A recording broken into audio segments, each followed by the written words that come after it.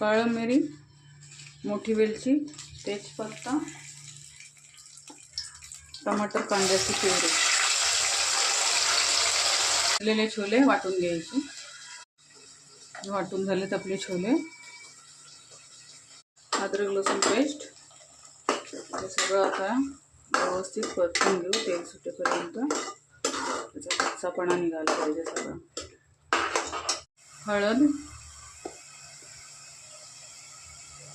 मसाला, छोले मसाला,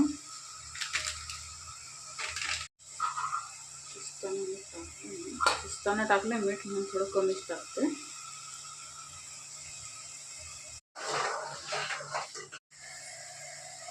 मसाला झाला. आता छोले टाकू. हे आपण जे वाटलेले छोले ते पण टाकून देऊ. आणि ह्याला आता जरा एक शिट्टी चांगली देऊ.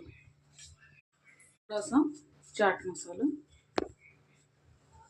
छोल्याची भाजी तयार. आता कोथिंबीर टाकू.